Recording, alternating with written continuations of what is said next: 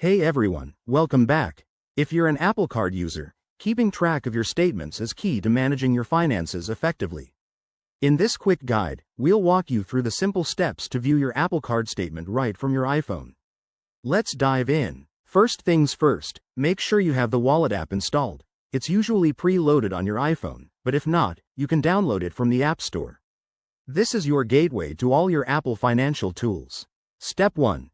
Unlock your iPhone and open the Wallet app. You'll see a list of your cards and passes.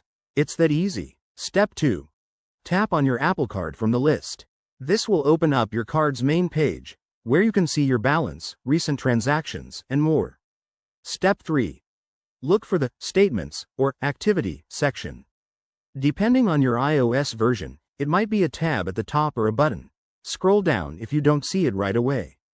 Once you're there, you'll find your monthly statements listed out. Now, tap on a specific statement to view the details. You'll see a breakdown of your purchases, payments, interest if any, and your total balance. It's all laid out clearly to help you spot any discrepancies or just keep tabs on your spending. If you prefer using a computer, you can also access your statements online.